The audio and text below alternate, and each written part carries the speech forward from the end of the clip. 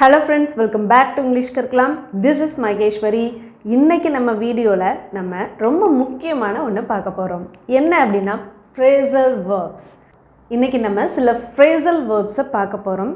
இந்த phrasal verbs எப்படி நம்ம சென்டென்ஸ் குள்ள யூஸ் பண்ணலாம் அப்படிங்கறத நம்ம பார்க்க போறோம். சரிங்களா? இப்போ நான் உங்களுக்காக சில phrasal verbs இங்க எழுதி போட்டுருக்கேன். Get in.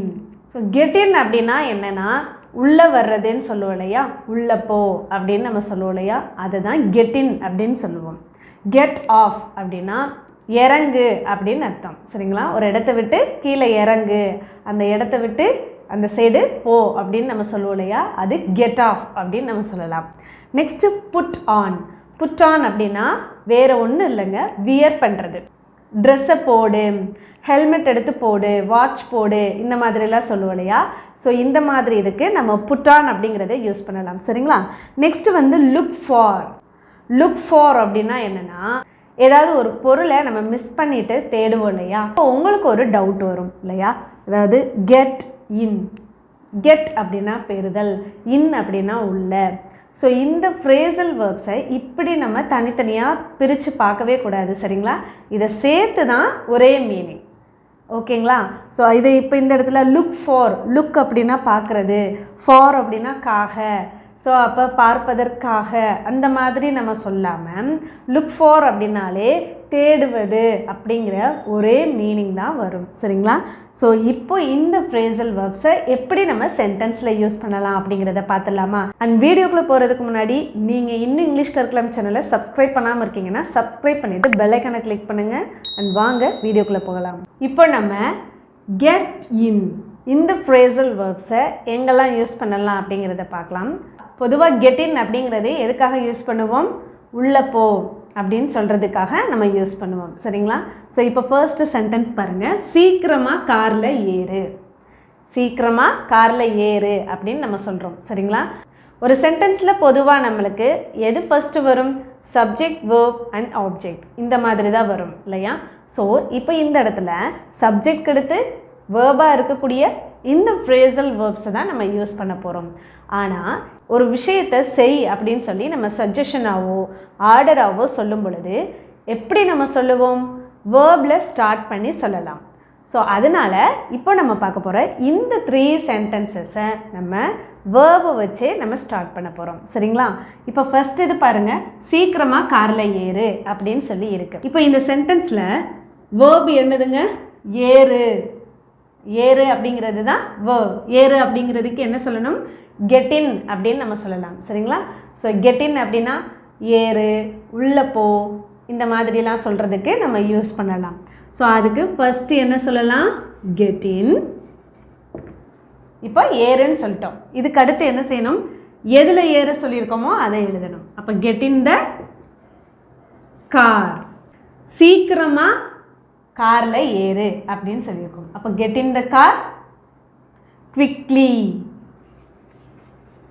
வேகமாக காரில் ஏறு. சரிங்களா? நெக்ஸ்ட்டு சென்டென்ஸ், இப்பொழுதே வீட்டிற்குள் போ. இப்போவே வீட்டுக்குள்ளே போறியா இல்லை அடி வாங்குறியா, இந்த மாதிரி நம்ம சொல்லுவோம் இல்லையா. ஸோ இப்போ இதில் வந்து மெயின் என்னதுங்க? வேர்ப் என்னது? வீட்டுக்குள்ளே போ. வீட்டுக்கு உள்ளே போ. அப்போ உள்ளே போ அப்படிங்கிறது தான் வேர்ப். உள்ளே போ அப்படிங்கிறதுக்கு என்ன ஃப்ரேசல் வேர்ப் யூஸ் பண்ணுவோம்? Get in. Get in. இதுக்கடுத்து எதுக்குள்ளே போக சொல்லியிருக்கோம்?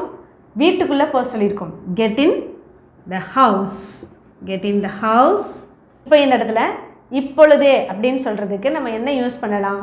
ஒரு விஷயத்தை இந்த நிமிஷத்துலையே நீ செய்யணும், இப்போவே செய்யணும் அப்படின்னு நம்ம சொல்லும்போது என்ன வேர்ட் யூஸ் பண்ணலாம் அப்படின்னா ரைட் நவ். ரைட் நவ் அப்படின்னா என்னதுங்க? இப்போவே அந்த விஷயத்தை செஞ்சாகணும் அப்படின்னு சொல்லும் பொழுது ரைட் நவ். இப்போ அதை செய் அப்படின்னு சொல்லும் பொழுது நவ் யூஸ் பண்ணலாம். அதையே அழுத்தி சொன்னால் ரைட் நவ் அப்படின்னு நம்ம சொல்லலாம். ஸோ இந்த இடத்துல உங்களுக்கு ஒரு கொஸ்டின் வரலாம். ஏன் கோ இன்சைட் த ஹவுஸ் அப்படின்னு சொல்லலாமே, எதுக்காக நம்ம get in the house use பண்ணணும்? Both are correct. பட் நம்ம ஃப்ரேசல் வேர்ப் யூஸ் பண்ணி இங்கிலீஷை பேசும் பொழுது அது இன்னுமே நம்மளுக்கு ஸ்டாண்டர்டாக இருக்கும். சரிங்களா? ஸோ அதனால் என்ன பண்ணுங்கள், இந்த மாதிரியான ஃப்ரேசல் வேர்ப்ஸை அப்பப்போ யூஸ் பண்ணுங்கள். சரிங்களா? அண்ட் நெக்ஸ்ட் கவனமாக படகில் ஏறு. ஸோ அதே மாதிரி தான் உள்ளே போன்னு சொல்லியிருக்கோம். இங்கே என்ன சொல்லியிருக்கோம்? படகுல ஏறு அப்படின்னு சொல்லியிருக்கோம். ஸோ ஏறு அப்படிங்கிறதுக்கு என்ன யூஸ் பண்ணலாம்? Get in. கெட் இன், ஏறு. எதில் ஏறு? படகில்.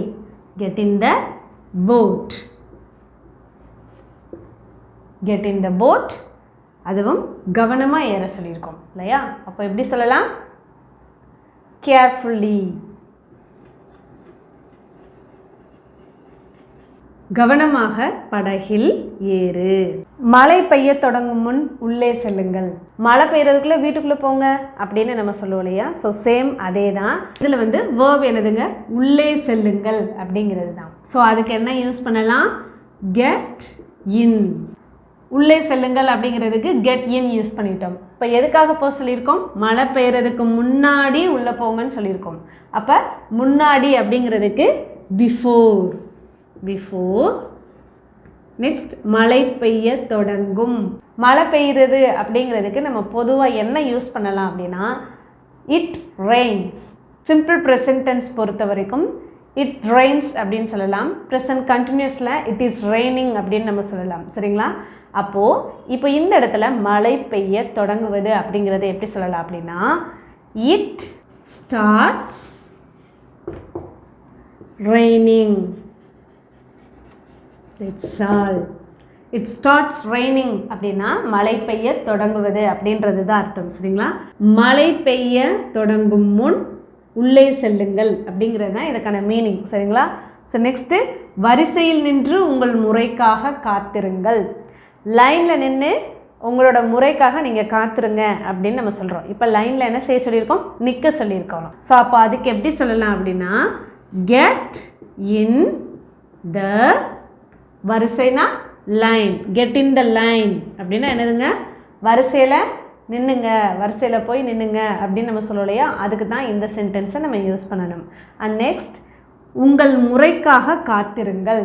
ஸோ அப்போ அண்ட் போட்டுட்டு இப்போ நம்ம இந்த சென்டென்ஸ் எழுதிடலாம். இப்போ இந்த சென்டென்ஸில் பார்த்தீங்க அப்படின்னா காத்திருங்கள் அப்படிங்கிற ஒரு வேர்ப் வந்திருக்கு. இப்போ நம்ம இதை எப்படி சொல்கிறோம்? ஒரு ஆர்டர் மாதிரி சொல்கிறோம் அல்லது சஜஷன் மாதிரி சொல்கிறோம். ஸோ அதனால் வேர்பில் இருந்தே நம்ம ஸ்டார்ட் பண்ணலாம். சரிங்களா?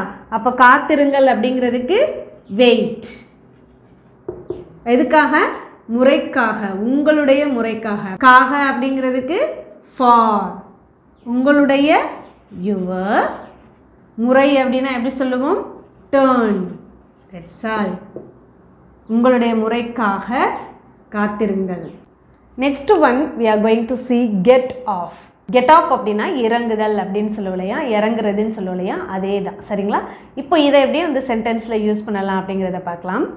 அவர்கள் படகில் இருந்து இறங்குகிறார்கள். அவங்க என்ன செய்கிறாங்க? படகுலேருந்து இறங்குறாங்க. இப்போ இதை நம்ம எப்படி சொல்லலாம் அப்படிங்கிறத பார்க்கலாம். இப்போ இந்த சென்டென்ஸில் பார்த்தீங்க அப்படின்னா இந்த செயலை செய்பவர் யார் அப்படிங்கிறத நம்ம வந்து மென்ஷன் பண்ணியிருக்கோம். அண்ட் நம்ம இதை ஒரு சஜஷனாவோ ஆர்டராகவோ சொல்லலை அப்படிங்கிறதுனால நம்ம சப்ஜெக்ட் வச்சே இப்போ இந்த சென்டென்ஸை ஸ்டார்ட் பண்ணலாம். சரிங்களா? அப்போது இதுலேருந்து சப்ஜெக்ட் எது? அவர்கள். So they. தே அப்படின்னா என்னதுங்க? அவர்கள். இப்போ இறங்குகிறார்கள். இறங்குறதுக்கு எப்படின்னு சொன்னோம்? Get off. Get off. இப்போ இதை நம்ம வந்து ஒரு ப்ரெசன்ட் டென்ஸில் சொல்லிக்கிட்டு இருக்கோம். சிம்பிள் ப்ரெசன்ட் டென்ஸில் சொல்கிறோம். அதனால இந்த கெட் ஆஃப் அப்படிங்கிறத அப்படியே நம்ம எழுதியிருக்கோம். So here we used get off. Okay? They get off. அவர்கள் இறங்குகிறார்கள். எதிலிருந்து? படகில் இருந்து. They get off the boat. That's all. சரிங்களா? They get off the boat. நாங்கள் விமானத்தில் இருந்து இறங்குகிறோம். இதுக்கு ஆன்சர் பண்ணுங்க பார்க்கலாம்.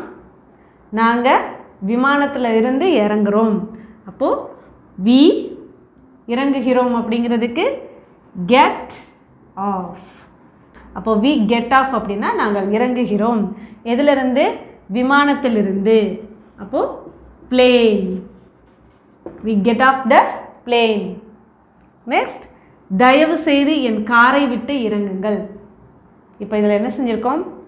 ஒரு ஆள்கிட்ட சொல்கிறோம், ப்ளீஸ் என் காரை விட்டு இறங்குறீங்களா அப்படின்னு நம்ம வந்து என்ன செய்கிறோம்? சொல்கிறோம். So this is order or suggestion அப்படின்றதுனால we are going to start with the verb. Here which is verb? இறங்குங்கள், இறங்குங்க அப்படிங்கிறது தான் verb. அப்போ அதுக்கு எப்படி சொல்லலாம்? get off. இறங்குங்கன்னு சொல்லியிருக்கோம். எதிலிருந்து? என்னுடைய காரை விட்டு. என்னுடைய அப்படிங்கிறதுக்கு my car. get off my car அப்படின்னா என்னுடைய காரை விட்டு இறங்குங்க, தயவு செய்து. So please. ஸோ இது உங்களுக்கு புரிஞ்சிருக்கும்னு நினைக்கிறேன். இப்போ இதே சென்டென்ஸை நான் என்னோட காரை விட்டு இறங்குறேன் அப்படின்னா எப்படி சொல்லுவீங்க? இது உங்களுக்கான ஒரு சின்ன ஹோம்ஒர்க். இதோட ஆன்சரை கமெண்ட் செக்ஷனில் சொல்லுங்கள். அவர்கள் ரயிலில் இருந்து இறங்குகிறார்கள். அவங்க ட்ரெயின்லேருந்து இறங்குறாங்க. இப்போ இதுக்கான ஆன்சரை நீங்கள் ட்ரை பண்ணுங்கள் பார்க்கலாம். ஃபஸ்ட்டு என்ன செய்யணும்? சப்ஜெக்ட் எழுதிடலாங்களா? இப்போ அவர்கள் அப்படிங்கிறதுக்கு தே. நெக்ஸ்ட் வேர்ப் என்னதுங்க? இறங்குகிறார்கள். இறங்குறதுக்கு எப்படி சொல்லுவோம்? Get off. Get off. அவர்கள் இறங்குகிறார்கள். எதிலிருந்து? ட்ரெயின்லேருந்து. அப்போது த ட்ரெயின். It's all. அவன் தன் பைக்கில் இருந்து இறங்குகிறான். அவன் என்ன செய்கிறான்? அவனோட பைக்லேருந்து இறங்குறான். இப்போ இதுக்கு ஆன்சர் சொல்லலாங்களா? அவன் அப்படிங்கிறதுக்கு ஹீ. இறங்குகிறான் get off. இப்போ இதை மட்டும் நம்ம போடலாமா? இது ஒரு சிம்பிள் ப்ரெசன்ட் டென்ஸ் அப்படின்னு நான் சொல்லியிருந்தேன் இல்லையா? இப்போ இறங்குகிறான் அப்படிங்கிறது இப்போ நடக்கிறது. ஸோ சிம்பிள் ப்ரெசன்ட் டென்ஸ் பொறுத்தவரையாக நம்ம என்ன செய்வோம்? ஹீ ஷீ இட் வந்துச்சுன்னா வேர்போட எஸ் ஆட் பண்ணுவோம். இப்போ இது ஃபுல்லாகவே நம்ம ஒரு வேர்ப் அப்படின்னு சொல்லியிருந்தோம். எந்த இடத்துல நம்ம எஸ் ஆட் பண்ணணும் அப்படின்னா இந்த ஃபர்ஸ்ட் இருக்கக்கூடியதில் எஸ் ஆட் பண்ணணும். அப்போது ஹீ கெட்ஸ் ஆஃப். அவன் இறங்குகிறான். எதுலேருந்து இறங்குறான்? பைக்கிலேருந்து. அதுவும் தன்னுடைய பைக்கிலேருந்து. இப்போ இந்த இடத்துல தன்னுடைய அப்படிங்கிறது அவனுடைய அப்படிங்கிறது தான் அர்த்தம். அப்போது அதை எப்படி எழுதலாம்? His bike. அவன் அவனுடைய பைக்கில் இருந்து இறங்குகிறான். Next phrasal verb is look for. What's mean look for? Look for means nothing but searching. தேடுதல் அப்படின்னு சொல்லுவோம் இல்லையா? தேடுறது. ஒரு விஷயத்தையோ அல்லது ஒரு பொருளையோ நம்ம தேடுவோம் இல்லையா? இந்த இடங்களில் நம்ம look for அப்படிங்கிற phrasal verb யூஸ் பண்ணலாம். சரிங்களா? இப்போ நம்ம ஃபர்ஸ்ட் சென்டென்ஸ் பார்த்துடலாங்களா? நான் என்னுடைய சாவியை தேடுகிறேன். இப்போ இந்த சென்டென்ஸில் ஃபர்ஸ்ட் சப்ஜெக்ட் இஸ் ஐ. ஐ அப்படின்னா நான். நெக்ஸ்ட் வேர்ப் என்னதுங்க? தேடுகிறேன். தேடுறது தான் என்னதுங்க? வேர்ப். அப்போ அதை எப்படி சொல்லலாம் சொல்லுங்கள் பார்க்கலாம். லுக் ஃபார் அப்படின்னு சொல்லலாம். அப்போ ஐ லுக் ஃபார் அப்படின்னா நான் தேடுறேன் அப்படிங்கிறது தான் அர்த்தம். நெக்ஸ்ட்டு எதை தேடுகிறேன் அப்படிங்கிறத எழுதணும்.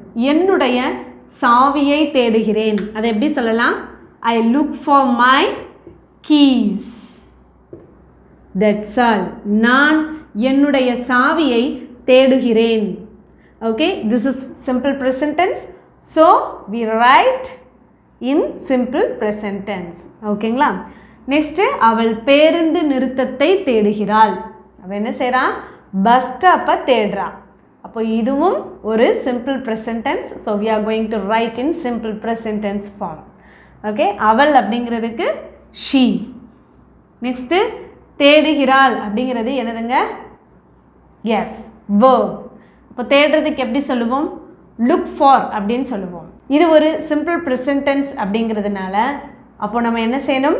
ஹீ ஷீ இட் வந்ததுனால we have to add yes with verb. She looks for. அவள் தேடுகிறாள். எதனை? பேருந்து நிறுத்தத்தை தேடுகிறாள். அப்போ அதை எப்படி சொல்லலாம்? the bus stop அப்படின்னு சொல்லலாம். இப்போ இதே சென்டென்ஸை அவள் ஒரு புது ஜாபை தேடிட்டு இருக்கா அப்படின்னா எப்படி சொல்லலாம்? இது உங்களுக்கான ஒரு சின்ன ஹோம்ஒர்க். இதுக்கான ஆன்சரை கமெண்ட் செக்ஷனில் சொல்லுங்கள். அவன் தன் பையில் அவனுடைய தொலைபேசியை தேடுகிறான். இப்போ இந்த சென்டென்ஸில் சப்ஜெக்ட் எதுங்க? ஹீ. நெக்ஸ்ட் வேர்ப் இஸ் தேடுகிறான். So looks for, because this is simple present tense. He looks for அப்படின்னா அவன் தேடுகிறான். எதனை? அவனுடைய தொலைபேசியை தேடுகிறான். அப்போ அவனுடைய அப்படிங்கிறதுக்கு ஹிஸ் செல்ஃபோன். ஓகே, இப்போ எதில் தேடுறான்? அவனோட பேக்கில் தேடுறான். அப்போ அதை எப்படி போடலாம்? in his bag. அவன் அவனுடைய தொலைபேசியை அவனுடைய பையில் தேடுகிறான். சரிங்களா? நெக்ஸ்ட்டு, நாங்கள் ஆன்லைனில் ஒரு நல்ல உணவகத்தை தேடுகிறோம். நாங்கள் ஆன்லைனில் ஒரு நல்ல ரெஸ்டாரண்ட்டை தேடுறோம். அப்போ நாங்கள் அப்படிங்கிறது சப்ஜெக்ட், வி தேடுகிறோம் அப்படிங்கிறதுக்கு லுக் ஃபார். இப்போ தேடினோம் அப்படின்னு சொல்லியிருக்கோம்னு வச்சுக்கோங்க, அந்த இடத்துல நம்ம வந்து வி லுக்ட் ஃபார் அப்படின்னு நம்ம யூஸ் பண்ணலாம். சரிங்களா? ஸோ வி லுக் ஃபார் அப்படின்னா நாங்கள் தேடுகிறோம். எதனை? ஒரு நல்ல உணவகத்தை. அப்போது a good restaurant. So next phrasal verb is look after. Look after அப்படின்னா கவனித்து கொள்ளுதல் அப்படின்னு சொல்லுவோம் இல்லையா, கேர் பண்ணி பார்த்துக்கிறதுக்கு பேர் தான் லுக் ஆஃப்டர். சரிங்களா? இப்போ இதை நம்ம எப்படி யூஸ் பண்ணலாம் அப்படிங்கிறத பார்க்கலாம். நான் என்னோட தம்பியை கவனிச்சுக்கிறேன். நம்ம சொல்லுவோம் இல்லையா, நான் என்னோட தம்பியை கவனிச்சுக்கிறேன், நான் எங்கள் பாட்டியை கவனிச்சுக்கிறேன், இந்த மாதிரிலாம் சொல்லுவோம் இல்லையா. ஸோ இந்த இடங்களில் லுக் ஆஃப்டர் யூஸ் பண்ணலாம். சரிங்களா? இப்போ இந்த சென்டென்ஸில் சப்ஜெக்ட் எது? நான். இப்போ நான் கவனிச்சுக்கிறேன், கவனித்து கொள்ளுதல் அப்படிங்கிறதுக்கு என்ன பார்த்தோம்? Look after. So I look after. நான் கவனித்து கொள்கிறேன். யாரை? என்னோட தம்பியை. அதை எப்படி சொல்லலாம்? My little brother, are you can say my younger brother. Okay, நான் என்னுடைய தம்பியை பார்த்து கொள்கிறேன், கவனித்து கொள்கிறேன். அவள் பாட்டியை கவனித்து கொள்கிறாள். அப்போது இந்த சென்டென்ஸ் ரொம்ப சுலபமாக இருக்கும், உங்களுக்கு புரிஞ்சிருக்கும்னு நினைக்கிறேன். இப்போ இந்த சென்டென்ஸை சொல்லுங்கள் பார்க்கலாம். அவள் அப்படிங்கிறதுக்கு ஷீ. இப்போ கவனிச்சுக்கிறதுக்கு எப்படி சொன்னோம்? Look after. இது சிம்பிள் ப்ரெசன்ட் டென்ஸ். ஸோ நம்ம வேர்போட என்ன செய்யணுங்க? எஸ் ஆட் பண்ணணும். She looks after. அவள் கவனித்து கொள்கிறாள். யாரை? அவளோட பாட்டியை. ஓ, ஹர் கிராண்ட்மதர். அவர்கள் அவர்களுடைய தாத்தா பாட்டியை கவனித்துக் கொள்கிறார்கள். ஸோ இந்த சென்டென்ஸில் சப்ஜெக்ட் இஸ் தே. கவனித்துக் கொள்வது அப்படிங்கிறதுக்கு எப்படி சொல்லுவோம்? Look after. நெக்ஸ்ட், யாரை வந்து அவங்க கவனிச்சுக்கிறாங்க? அவங்களோட தாத்தா பாட்டியை. இப்போ அவர்களுடைய அப்படிங்கிறதுக்கு தேயர். இப்போ தாத்தா பாட்டியை அப்படிங்கிறத நம்ம செப்பரேட்டாக நம்ம எழுதணும் தேவையில்லை. அதாவது grandmother and grandfather அப்படின்னு சொல்லாமல் we can say grandparents அப்படின்னு சொல்லலாம். சரிங்களா? Grandparents. That's all. அவன் தன்னுடைய செல்ல பிராணியை பார்த்து கொள்கிறான். அவன் என்ன செய்கிறான்? அவனோட செல்ல பிராணியை பார்த்துக்கிறான். இப்போ வீட்டில் வந்து யாருமே அந்த செல்ல பிராணியை கவனிச்சிக்கல, பட் ஒரு பர்டிகுலரான ஒரு பையன் மட்டும் பார்த்துக்கிறான்னா நம்ம எப்படி சொல்லுவோம்? அவன் தான் அந்த செல்ல பிராணியை பார்த்துக்கிறான் அப்படின்னு நம்ம சொல்லுவோம் இல்லையா. ஸோ அப்போ அதை எப்படி சொல்லலாம்? He look after. அவன் கவனித்துக் கொள்கிறான் அல்லது அவன் பார்த்து கொள்கிறான். எதனை? அவனுடைய செல்லப்பிராணியை. தன் செல்லப்பிராணியை அப்படிங்கிறதுக்கு இந்த இடத்துல என்ன அர்த்தம்? அவனுடைய அப்படிங்கிறது தான். அப்போது ஹிஸ் பெட். பெட் அப்படின்னா என்னதுங்க? செல்லப்பிராணி. இப்போ உங்களுக்கான ஒரு சின்ன ஹோம்ஒர்க்.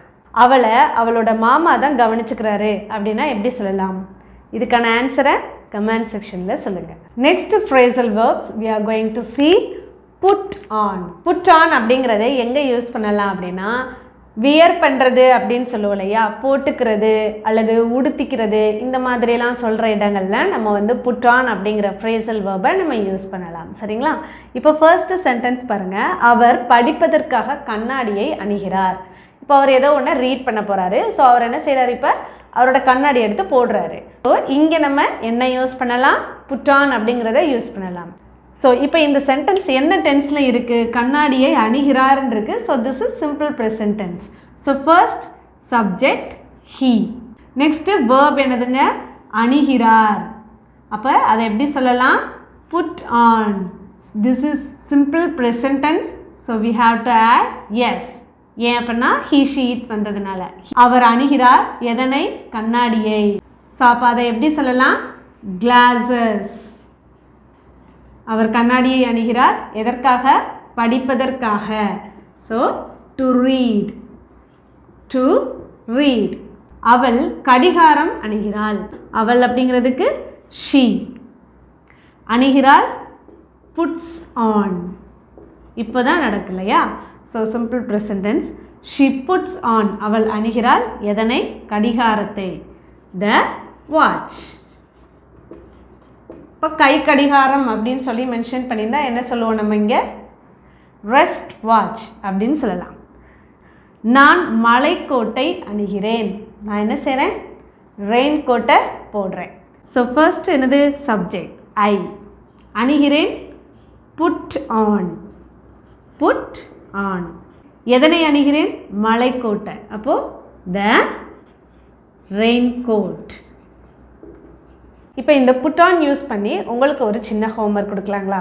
அவ தன்னோட புது ட்ரெஸ்ஸை போடுறா அப்படின்னா எப்படி சொல்லலாம்?